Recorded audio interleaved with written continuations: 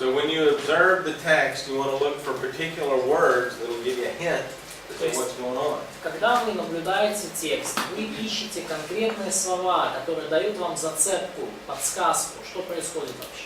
And these types of conjunctions or initial phrases will help you. И вот такого рода соединительные, связующие слова, союзы, они вам очень сильно помогут. Now, the next 2 or 3 hours, we want to look at laws of composition. И следующие 2 или 3 часа мы с вами будем рассматривать законы композиции. Now, these are, I think there's 17. But they come out of Trina's book.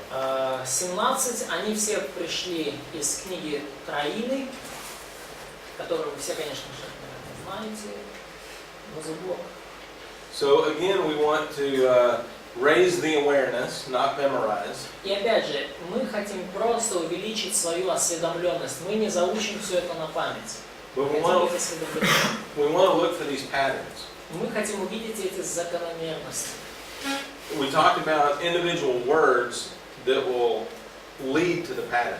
И мы увидим отдельные слова, которые ведут, которые указывают нам на данную закономерность. But in the next couple hours, we want to look at bigger sections. Но в следующие несколько часов мы хотим видеть уже большие разделы. So we saw these little words. Now we're gonna see. Я прошу прощения, я чуть не допонял. Мы до этого смотрели на небольшие слова, маленькие вот эти вот детали, которые указывают на закономерности. Сейчас мы будем смотреть на большие куски текста, большие разделы композиционные. Понятно, да? Как они связаны, да? Да, то есть сейчас до этого мы смотрели на вот такие маленькие вот эти вот шурупы и болты, а сейчас мы будем смотреть на всю конструкцию. Так, правильно? So that little word is going to let us know there's a bigger pattern. То есть вот эти маленькие слова дают нам понимание, что тут что-то, есть какая-то серьезная закономерность. So in this section we want to deal with a little more content. И в этом разделе мы с вами поговорим немножко больше о содержании, о собственном материале. Alright, so our first law, first of 17 of these. И вот законы литературной композиции, да, как выстраивается, как компонуется содержание в тексте, это сравнение. Первый закон – сравнение. So we want to look for comparisons. И мы хотим эти сравнения увидеть в тексте. If you'll open to Matthew 6.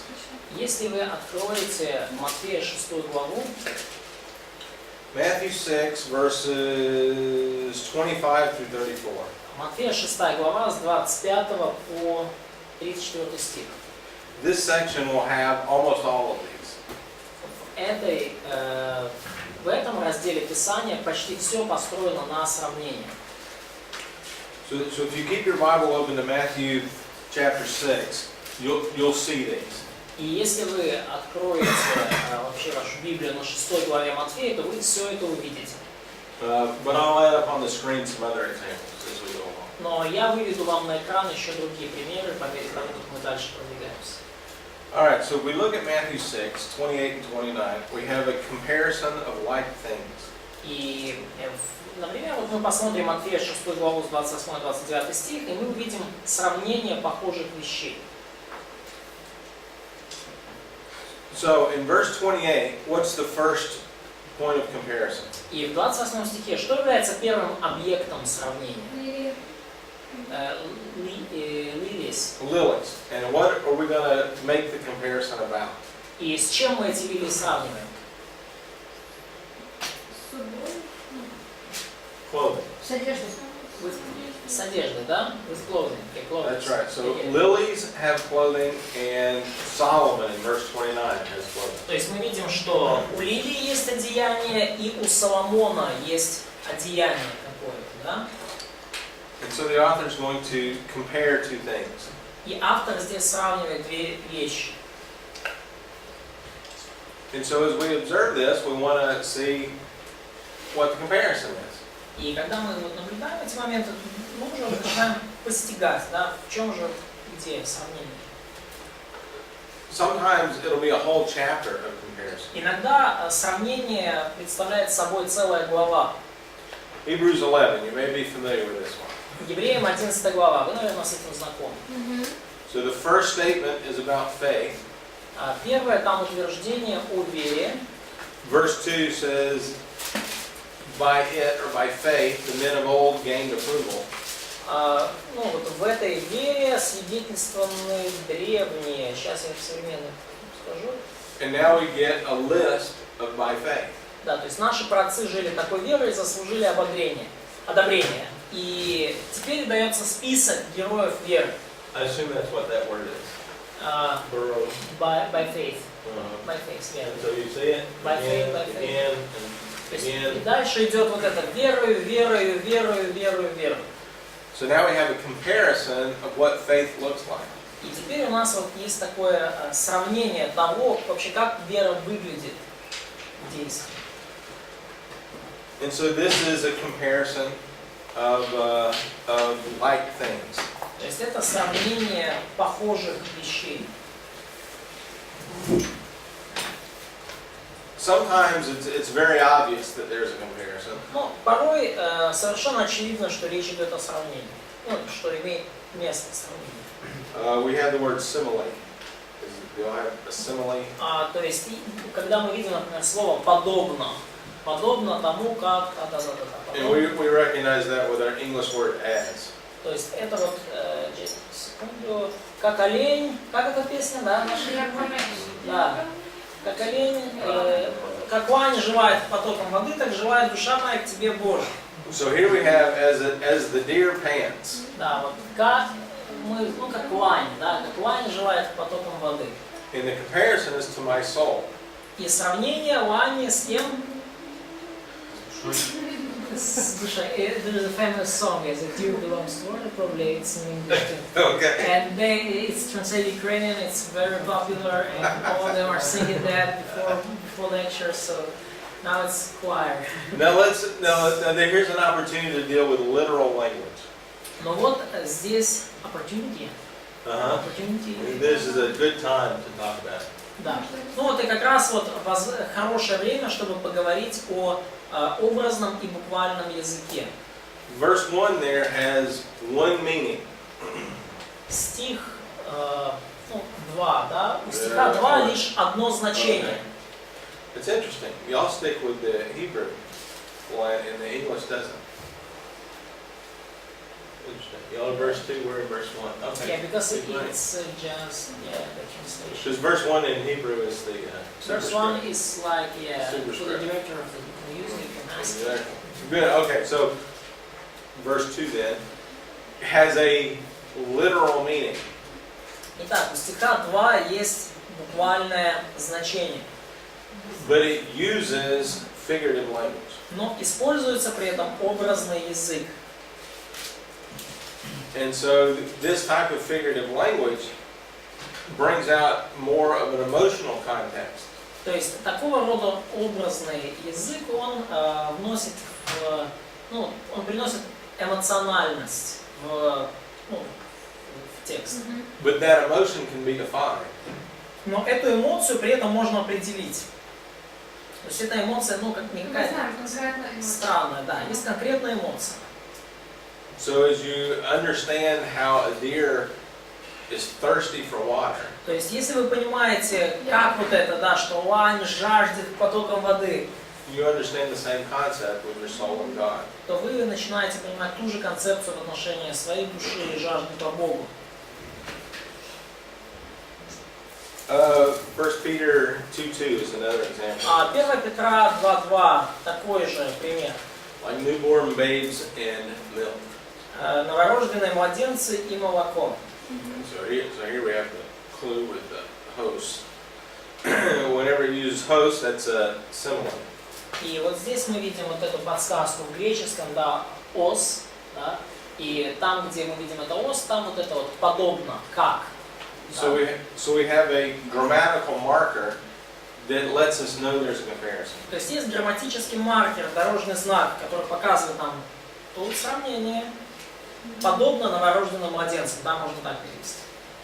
There are also metaphors in Scripture. И есть также в Писании метафоры. And here there's not a grammatical marker.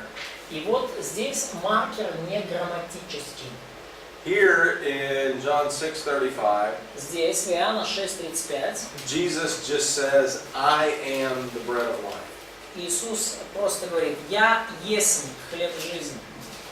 But we know that's a comparison. Мы знаем, что это сравнение. Right? So he is making he's making a comparison of his character with something else. То есть в подобного рода сравнениях Иисус сравнивает свой характер с чем-то другим. Has anybody spent time in the Gospel of John? Кто-то из вас изучал детально, так, долгое время Евангелие от Иоанна? Да. Ну как? Yeah, we did during the lessons. What does anything come to your mind on how you might outline the Gospel of John? Есть ли у вас какие-то представления о том, как можно сделать план Евангелия от Иоанна? Какой план у Евангелия от Иоанна? Chronological. Okay, but using the I am that we find here. Но вот используя вот эти «я есть», которые мы Там здесь 7 я видим. есть. There are 7 I am. There's 7 I И am. поэтому можно разделить. So using these 7 I am, you You could can outline it outline perhaps. it. Let me see. But one way to outline the Gospel of John is there's 7 signs in John. There's 7 I ams Yeah. in John. 7 wonders, like 7 signs. Yeah. Да, то есть есть, как можно сделать план Евангелия от Иоанна, есть 7 чудес Иисуса в Евангелии от Иоанна, есть также 7 утверждений «Я есть» Евангелия от Иоанна. But the 7 I ams demonstrate God's relationship with people. Но вот эти 7 «Я есть» показывают нам взаимоотношения Бога и Иисуса с людьми. But he does so with a metaphor. Но Иисус эти взаимоотношения показывает в виде метафоры. Let's look at another one here. Давайте еще одну посмотрим. Genesis 23. Бытие 23. God comes to the king, Abimelech, in a dream and says, "You are a dead man." Бытие 23. Бог является Авимелеху ночью и сказал: Now, how do you know this is figurative language? It's not clear again, just a second. Тут у нас в синодальном «Вот ты умрешь за женщину», но там другое. 23, Бытие. Verse 3, "You are a dead man." Oh my. There's nothing like that in both. I would say verse 4. Let me check. Да, то есть, но вообще, в оригинале, в английском, я так понимаю, ты мертвец. Ты такой, как мертвец из-за женщины, которую ты взял. Не ты умрешь. So you're like a dead. You're as a dead. You're correct. He says you are a dead man. Да, то есть в оригинале говорится, ты мертвец. Какой стих? 20 глава, 3 стих Бытие. У нас ты умрешь за женщину, но в оригинале ты мертвец из-за женщины, да? So sometimes when there is a kind of man with arguing and they're trying to threaten other men and say you're a dead man. That's right. They mean like. But we know it's figurative language because in verse 4 he's talking. Да, но мы знаем, что это образное выражение, да, что ты мертвец, потому что в 4 стихе он дальше говорит: Владыка, неужели ты погубишь? Lord, will you destroy an innocent nation? Yeah? Correct. Владыка, неужели ты погубишь невинный народ? So again, context helps us understand the meaning of the term. То есть, Авимелех все еще жив, нас говорит, и контекст помогает нам понять значение этого термина. So we know it's figurative language because Abimelech gets up and he does other things later on in the chapter. То есть мы знаем, что это образный язык, потому что, здесь не буквально так говорится. Оно не так явно. So we want to pay attention to these comparisons. То есть мы хотим уделять внимание вот этим вот сравнениям. And so there are several examples of these types of comparisons. Вот и есть несколько примеров такого рода сравнений. Our second one is the contrast. Второй закон композиции – это контраст. So now we have the association of opposite things. То есть теперь у нас уже объединение противоположностей. В сравнении у нас были похожие вещи, у нас сравнивались подобие, а сейчас у нас разделяется противоположность. So now we have in, if you still have your Bible open to Matthew 6. И если ваши Библии до сих пор открыты на Матфея 26, Матфея, прошу прощения, 6:25, Матфея 6. Verse 25 gives us a comparison of opposite things.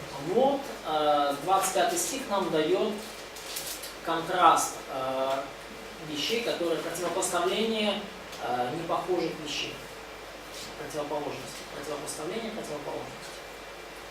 Okay, so the contrast here is your life and your body compared to food and clothing. То есть противоположность в чем? Ваша жизнь или ваша душа и ваше тело сравниваются с пищей и одеждой. Душа не больше ли пищи и тело одежды. And so Jesus is saying these two things are different. И Иисус говорит, что вот эти две вещи различаются. Now the way he goes about proving this is he starts with food and clothing. И как Иисус это доказывает, он начинает с еды и одежды. His conclusion is going to be about your life and your body. А заключением его будут и ваше тело, и ваша жизнь. And so we want to pay attention to these opposites. И потому нам нужно уделять внимание вот этим всем противоположностям в тексте, противопоставлениям. A really good example of this is Galatians in chapter 5. И очень хороший пример этого Галатам 5 глава. In that first section, verses 19 through 21, he talks about the fruit of the flesh. И в chapter 1, 19 to... Yeah. Да, в первом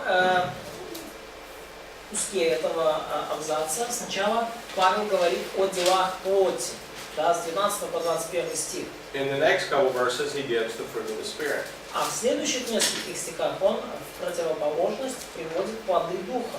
So there's a big difference in the types of production between flesh and spirit. То есть есть очень большая разница в том, что производит плоть, и в том, что производит дух. Now again, we can recognize when this is happening by a particular word in the text. И опять же, мы можем распознать вообще, что здесь происходит, благодаря определенным словам в тексте. In Matthew 5:1, let's just look at it here on the screen. В Матфея 5:1, давайте посмотрим это слово на здесь экране. We have the conjunction the. В Матфея 5:1 есть вот этот союз да. So we have a contrast, or we have an advancement that's different from the previous section. И то есть есть определенный контраст, есть определенное продвижение по сравнению с тем, что было в предыдущем тексте. Now, what is the contrast between verse 25 and Matthew 5:1? Но в чем же контраст между Матфея 5:1 и verse 25, yes? Verse 25 before and verse 1. Я прошу прощения. Значит, в чем контраст между 4:25 Матфея, последним стихом 4 главы, да? И следовало за ним множество народа из Галилеи, Десятиградия, Иерусалима, Иудеи, из Иордана, и первым стихом 5 главы, где, увидев народ, он зашел на гору. Или увидев же народ, он зашел на гору. There's two things being compared, verse Здесь 25 and verse 1. вы видите, у нас в греческом есть вот это указание, да, указание на сравнение. И есть разница между какая, то есть указывается, что есть какая-то разница между тем, что было здесь 4:25 и тем, что здесь 5:1 происходит. В чем разница? There are crowds of people in 4:25, but only disciples in 5:1. И там он шел, а тут он сидел. Он шел, а тут уже сидел.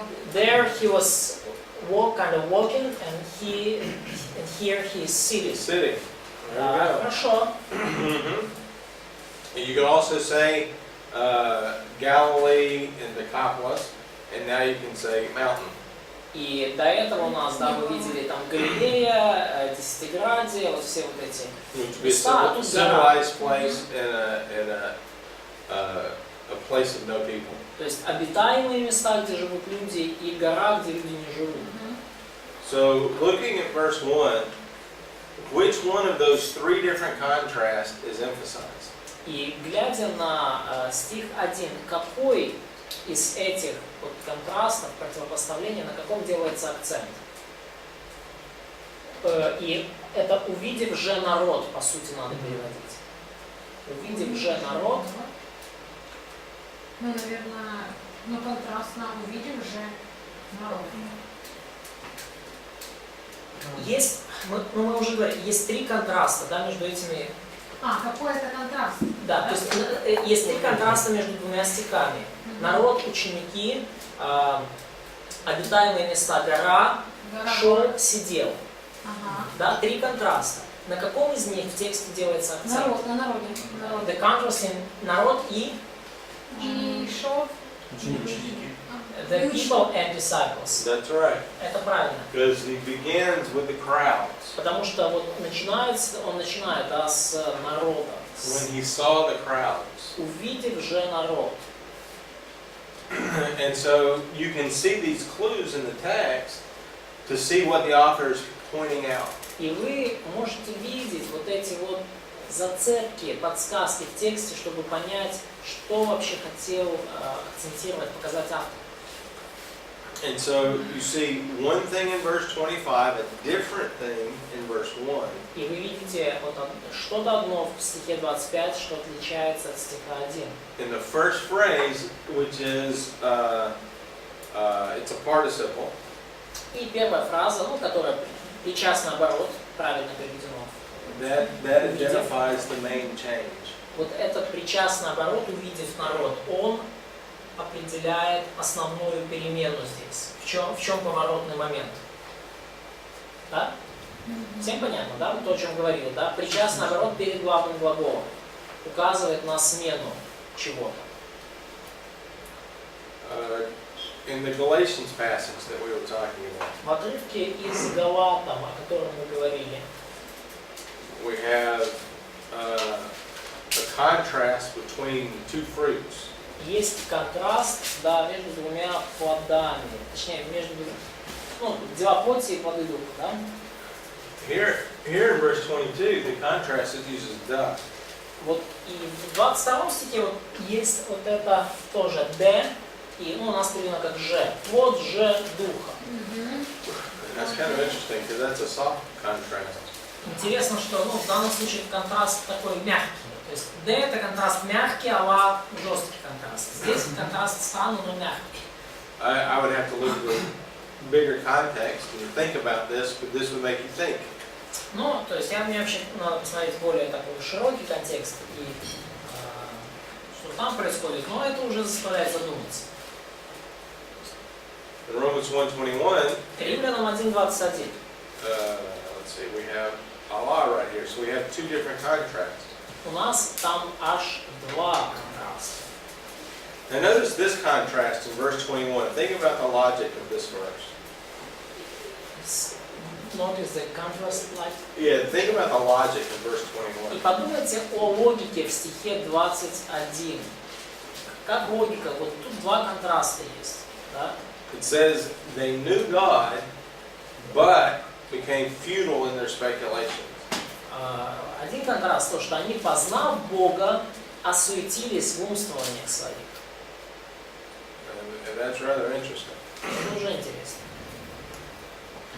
The point again is the author is making a contrast between two things. И опять же, да, в чем идея? Автор противопоставляет две какие-то вещи, указывает на различия. Let's see. Let's go to our next one here. И мы переходим к следующему закону литературной композиции.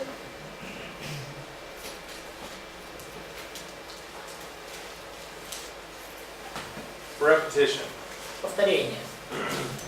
So here we have the restatement of the same terms, phrases, or clauses. Здесь мы видим, когда снова и снова повторяются, да, заново те же термины, фразы и обороты. Looking at Matthew 6, Посмотрите на Матфея 6 главу. verses 25 through 34. Just glance through there and see if you see something repeated. Просто вот так бегло просмотрите Матфея 6 главу с 25 по 34 стих, все вот то же самое про одежку Соломона, и посмотрите, какие повторения вы можете там заметить. I'll give you a hint. It's in there 6 times. Я вам Матфея 6 глава с 25 по 34 стих, и я вам даю подсказку, там 6 повторений есть. 6 повторений. Матфея 6 глава с 25 по 34 стих. Найдите, пожалуйста, сами сейчас. There's 9 verses and there's 6 commands not to worry. Там 9 стихов, и в 6 из них заповедь не заботиться. So, what does that say? Что это вам говорит? Это важно, не заботься. That's important. It's Don't important. worry. That's probably the theme of this paragraph. Скорее всего, это и есть тема данного отрывка. You don't have paragraph headings on your Bible, do you? У вас же есть такие заголовки в вашей Библии. Ну, современные. In my English Bible it says the cure for anxiety, the cure for worry. Ага, да. Ну, в моей английской Библии так написано, там, лекарство от забот, исцеление от забот. Well, that's where the guy got it. Ну, вот это тот случай, когда ну, человек, который писал эти абзацы, он догнал, он разобрался. Is anybody familiar with Psalm 136? 136. Кто-то из вас знаком с Псалмом 135? As the Lord commanded. И давайте, используя логос, поищем еще одно повторение, как повелел Господь. In the book of Numbers. В книге Чисел. Как повелел Господь. Да, вот эта фраза в книге Чисел. 21 раз. I found it. Okay. Now look at the verses here. Numbers chapter 1. Обратите внимание вот на эти стихи. Since these are numbers, I think we can follow along. Chapter 1, chapter 2. То есть, вот видите, числа, 1 глава, 19:54, 2 глава, And 8 and 9. Now 3, look. 8, 9. So we have 9 and 15. Does Потом, anybody know what happens in the middle of Numbers? с 9 главы, то есть мы видим, до 9 главы постоянно повторяется, как повелел Господь, потом снова только в 15. Что происходило между 9 и 15 главами в числах? Кто помнит? Что происходило между 9 и 15 главами в книге чисел? Particularly Numbers 14. Особенно в числах 14 Они главы. роптали. А? Роптали. Когда звали. Роптали. They rebelled. They rebelled. That was the giants. Они бунтовали, там были вот эти гиганты. The spies went into the land. Вот эти гиганты, они отправили лазутчиков в землю. Когда звали. Когда звали. Chapter 14 is the fear of the giants. И 15 глава, 36 стих, chapter 14, да, 14 глава, это вот как раз, они там выражают свой страх перед исполинами, да? Хотя не хотим идти по ним. Looking at this phrase, they did as the Lord commanded. То есть посмотрите на эту фразу, да, они сделали то-то, то-то, как повелел Господь, сделали то-то, как повелел Господь, сделали, как повелел Господь, до 9 главы. This happened, 10 times, a dozen times in chapters 1 through 8. То есть с 1 по 9 главу это повторяется дюжину раз 10 точно. But what stopped happening in chapter 9? Но что случилось за заминка в 9 стихе? What stopped them? They stopped doing as the Lord commanded. Да, они перестали поступать, как повелел Господь. В 9 главе. Последнее, что они сделали, это Пасха. So you'll notice the author has repeated this phrase, as the Lord commanded, over and over and over. То есть вы замечаете, да, автор повторяет эту фразу, как повелел Господь, снова. But he stopped doing that right before they failed. Но перестает эту фразу повторять прямо перед их ляпом. Прямо перед их падением. And that seems to be part of the author's intent to explain what happened. И кажется, это было частью авторского замысла, чтобы объяснить нам, что происходит здесь.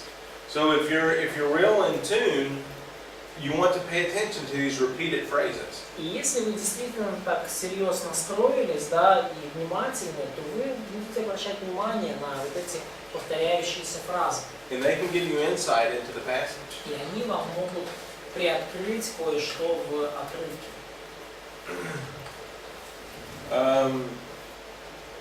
In the Gospels, for example, Ну, в Евангелиях, Jesus says, "He that hears." и Иисус часто говорит, имеющий уши, да, Слышит. слышит. Is that familiar? Я. Where does that come up again? Do you know another book that has "He that hears" over and over and over? А где мы снова видим вот эту вот фразу, имеющий уши, да услышит? А? In Revelation. In Revelation. Ага. Is there a reason for that? А есть ли какая-то причина для этого?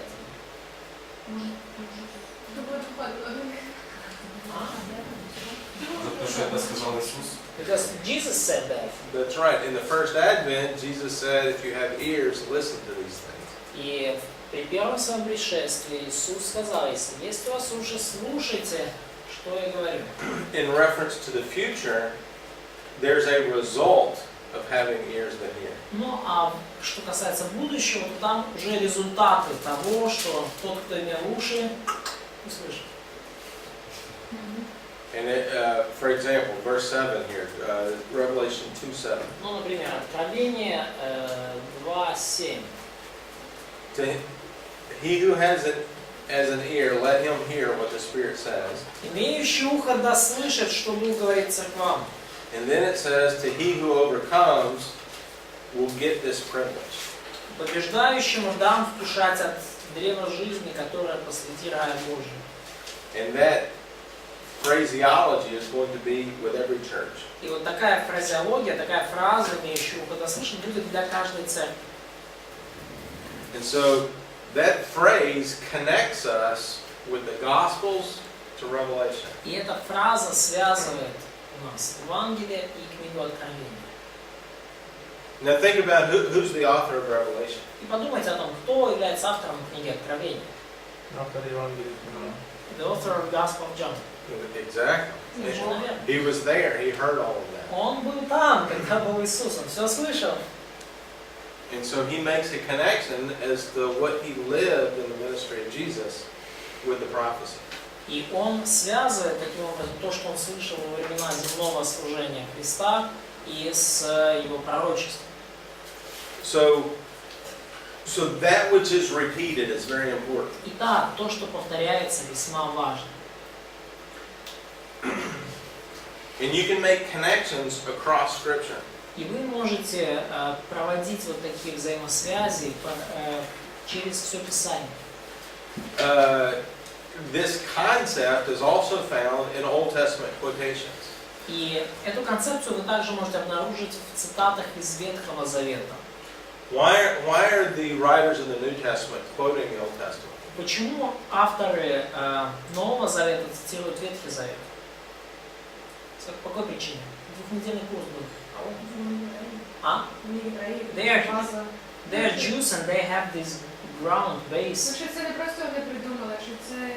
To prove that they did not figure it out or make it up, but they have basis for their truths. Корнями исходят. To show the roots of these truths in Old Testament. Да. They are repeating what they have been told, and they're seeing it here in the New Testament. It's a repetition. No, so they repeat what they so they see what was told in the times of New Testament. Or whatever their concept is they're talking about. То есть они ту концепцию, авторы Нового Завета, концепцию, которую они хотят донести в Новом Завете, они видели ее уже в Ветхом Завете. Они ее распознали уже в Ветхом Завете. Да, и повторяют то, что было в Ветхом Завете, в Новом Завете. And so that's a concept of repetition. Вот это вот концепция повторения. Let's see.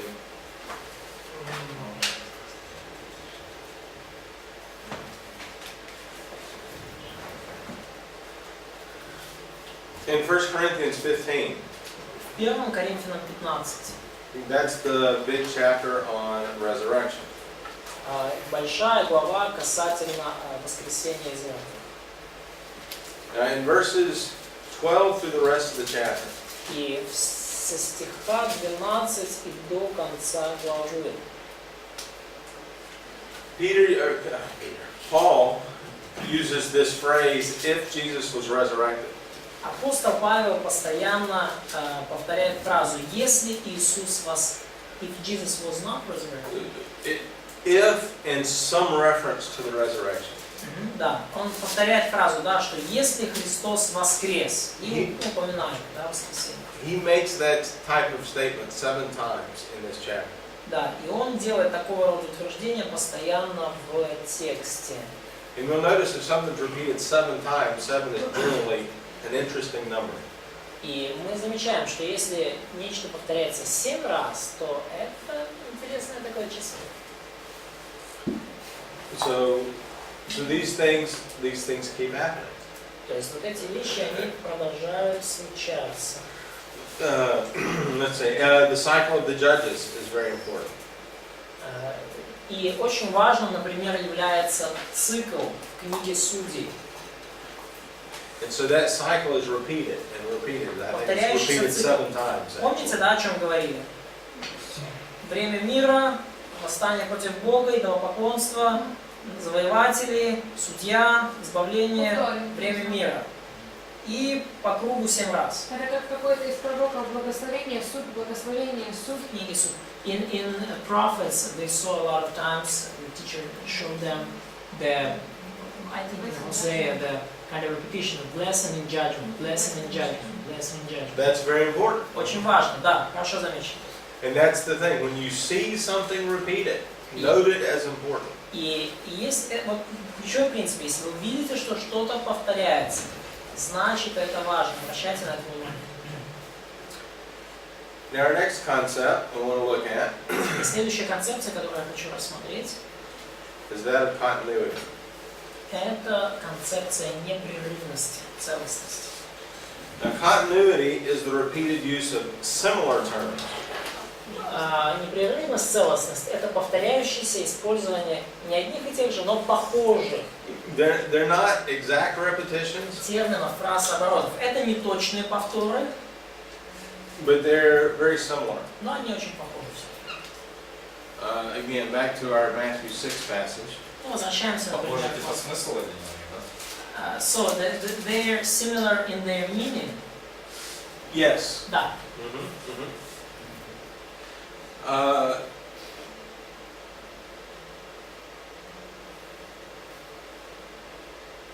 So in Matthew 6:30, То есть, например, Матфея 6:30. there is a concept of clothing grass and clothing a person. Есть вот эта концепция, да, то, что Бог одевает траву полевую, и что Бог одевает человека. Obviously, they're not exact, Ну, понятно, что это не одно и то же. Трава и человек. but there's a comparison. Но есть сравнение. Что походило. In Luke 15, here's an interesting one that will help you make connections in the gospel. Вот в Луки 15 главе. So it's Luke 15 is an example of continuity. Yeah? That's a connection. Yes. Да. В Луки 15 мы видим эту хорошую иллюстрацию, хорошую иллюстрацию непрерывности и целостности Евангелия. In the first parable, verses 1 through 7, В первой притче, в стихах с 1 по 7, there's a parable of the lost sheep. это притча о потерянной овечке. And in that parable, we begin with something lost. И в этой притче мы видим нечто утерянное. In the first case, it's a sheep. И в первом случае это овечка. The sheep is found. Овечка найдена. And then at the end, or in verse 6 particularly, there's rejoicing. И в конце, конкретно в стихе 6, там радость. Радуйтесь. Now the second parable we have the lost coin. That's 3 verses. В следующей притче, там 3 стиха, мы видим потерянную монету. Verse 8 through 10. Стихи с 8 по 10. So we have a woman that lost a coin. Есть вот женщина монету потеряла. In verse 9, she finds the coin. А в 9 стихе она монету нашла. And at the end of verse 9, she rejoices. И в конце 9 стиха она говорит: порадуйтесь. Now that cycle has been repeated twice. Уже этот цикл повторился дважды. And it's been repeated twice in 2 very short parables. И он дважды повторился в 2 очень коротеньких притчах. Now the last half of chapter 15 is very long. Но последующая, вот, ну не половина, даже последующая часть 15 главы, она очень длинная. It's verses 11 through 32. Стихи с 11 по 32. And that's the prodigal son. Это всем известная по евангелизациям притча о блудном сыне. Now with the prodigal son, I don't know if the word lost is used for the son. Но когда речь идет о блудном сыне, то тут я не знаю, используется ли слово «потерянный» вот в этой притче. Был мертв. 31 стих. Verse 31. Okay, okay. Yeah, verse 32. Пропадал еще. He was lost and is found. That's right. It's in the summary at the end. То есть вот это слово, да, оно в самом итоговом стихе, в конце. But as you begin verse 11, your mind is prepared for the cycle. Но уже в начале 11 стиха, в начале этой истории, ваш разум подготавливается к еще одному повтору циклу. So as you're reading about the young son who goes away, И когда вы lost читаете comes to mind. про вот этого младшего сына, который там пошел куролесить, да, вот это слово потерянный, да, потеря, да, у вас всплывает в мозгу само собой. When the prodigal son comes back and the dad runs to him, that's the concept of being found. И когда блудный сын возвращается, и отец выбегает к нему навстречу, то уже эта концепция находки, найден. Now the letdown in the parable is with the second brother, the son. Laid down. The letdown, the disappointment. Да, но вот разочарованием, да, в этой притче является, конечно, старший брат. Because the older brother does not rejoice. Старший брат, ну то есть таким отклонением от сценария да, является старший брат, да, потому что он не радуется. In other words, the pattern is broken. Иными словами, такая прекрасная закономерность, прекрасный цикл, бабах, и остановился, нарушился. Now this doesn't come out right away if you miss the pattern. Но это не очевидно сразу, если вы вот упустили вот эту вот уже цикл с самого начала, да? Вы поняли? Если вы не заметили вот это в первых 2 притчах, то вот эту остановку цикла из-за старшего брата вы ее не заметите. The pattern is prepared in verses 1 through 10. Цикл, да, вот этот вот потеря, находка, радость, он подготавливается уже в 2 повторах стихах с 1 по 10. And as you mentioned, the pattern is repeated in verse 31 and 32. И как ты заметил, да, вот эта закономерность, этот цикл повторяется снова, проговаривается в стихах 31 и 32. And so in verse 32 you see lost, found, and rejoice. И в стихе 32 вы видите потерян, найден и нашелся. Даже в 24 это еще есть. Потеря, радость, находка. Потеря, находка, радость, да, потом снова потеря, находка, радость. И потом Потеря, находка, радость и потеря радости. Потеря, находка и здесь трошки не радость. It's just third cycle, like it's broken. And then it finally comes to the end. That's right, it's summarized. Ну и в конце концов, все-таки в конце отец доводит цикл до завершения. And so this gives you a clue as to the point that Jesus is making.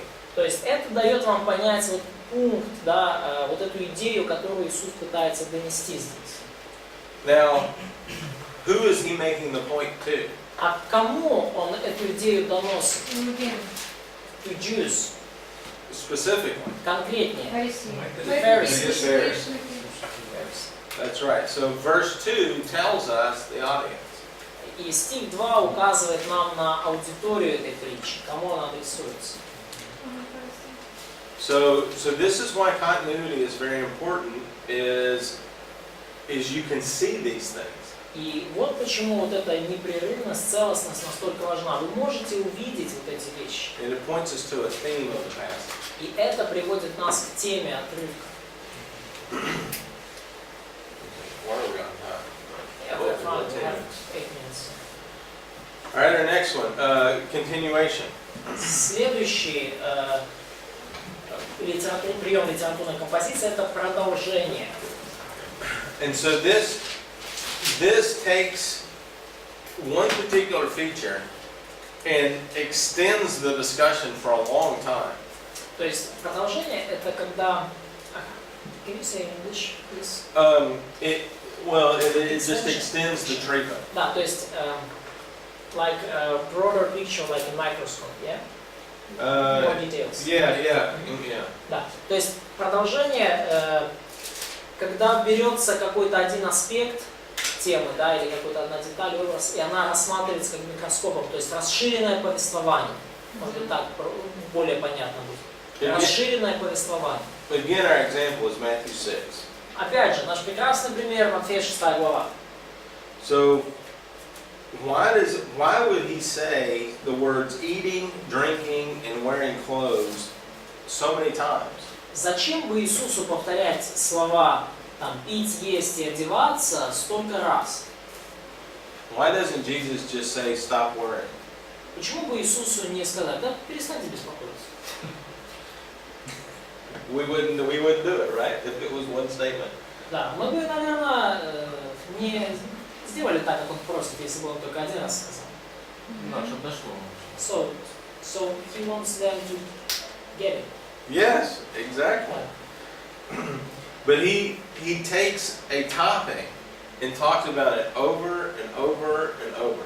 Но он берет тему и говорит о ней снова, снова и снова. And he draws out this discussion for a long time. И он вот эту тему он обсуждает, да, с разных сторон, углубленно, долгое время. And that's very important. Это очень важно. All right. Now here's one of those little sneaky ones. Let's look at another concept of continuation. Ну вот, sneaky будет Sneaky. It's a mystery. I mean, you might not catch it. It'll sneak up on you. Yeah.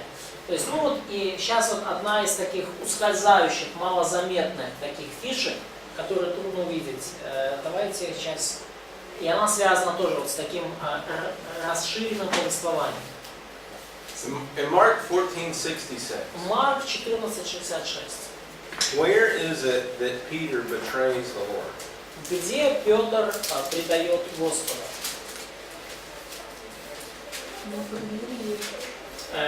Below in the courtyard. In the courtyard, and what's he doing in the courtyard? Что он делает там на дворе внизу или на подвір'ї? He was watching over Jesus and he was trying to warm up near the fire. He's warming up near a fire. Он пытается согреться у костра. This is where Peter denies the Lord, and that's the last time he sees the Lord. Это место, где Петр предает Господа, это последнее место, где он видит Господа. Does anybody remember the next time he sees the Lord? Он последний раз видит Господа до воскресения. Кто помнит, где он увидел Господа в следующем? In a room. Не, на море. On the sea. Right, in the Sea of Galilee. And what's Jesus doing in the Sea of Galilee? На море Галилейском. А что там Иисус делает на море Галилейском? Кормится. He is feeding them. He's feeding them, but where do they first see Jesus? На перерыв. He is on a shore preparing Пикник на food пляже. on the fire. By a fire, exactly. У огня снова, да? Do you think that makes a connection with Peter? Как вы думаете, это как-то связано с Петром? Не факт. Думаешь, Not at all. Петр был мокрый, он пришел греться. Peter was wet, he came to warm up. Oh, yes. Well, what does Peter do? He just strips his clothes off and jumps in. Что делает Петр? Он просто с себя одежду срывает и прыгает в воду. Jesus was there to help warm him up. Да, и Иисус был здесь чтобы помочь ему согреться. Is that important? Важно ли это? I don't know. Не знаю. But it's an interesting connection. Но это интересная взаимосвязь. So you see this continuation of things that happen here and then happen again. И вы видите вот эту продолжающуюся последовательность, да, вещей, которые случились там, и потом случились в другой месте. And one last one here before we break. И еще один пример перед тем, как мы пойдем на перерыв. The concept of climax. Концепция кульминации. Now here we see an arrangement from lesser to greater to greatest. И мы видим определенные продвижения от меньшего к большему и к величайшему. And again, Matthew 6. И опять же, Матфея 6 глава. Jesus starts talking about worry from the standpoint of flowers and birds. Иисус начинает говорить о беспокойстве с точки зрения, вначале с точки зрения цветов, flowers, birds, grass. Да, сначала там с точки зрения птичек, цветов, травки.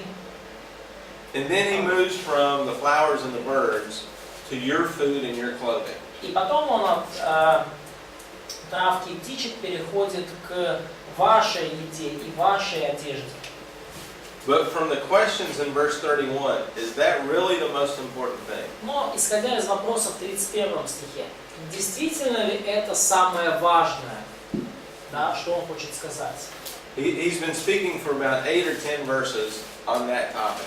Он уже говорит порядка 80 стихов на эту тему. But it's all a setup for verse 33. Но все это просто подготовка к тому, что он скажет в 33 стихе. Now the greatest thing to worry about is the kingdom.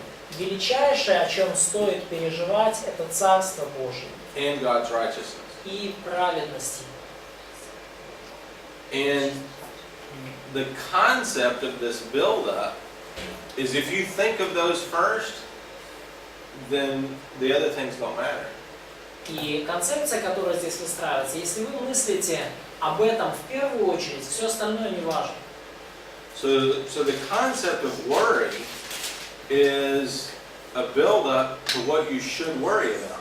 И концепция беспокойства выстраивается таким образом, что он ведет нас к тому, о чем же вам на самом деле надо беспокоиться.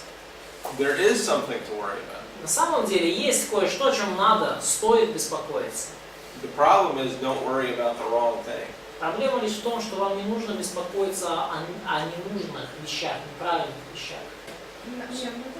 So as you read a passage, you want to watch for these build-ups. И когда вы читаете отрывок, вам важно вот видеть вот эти все композиционные настройки, да, как кульминацию.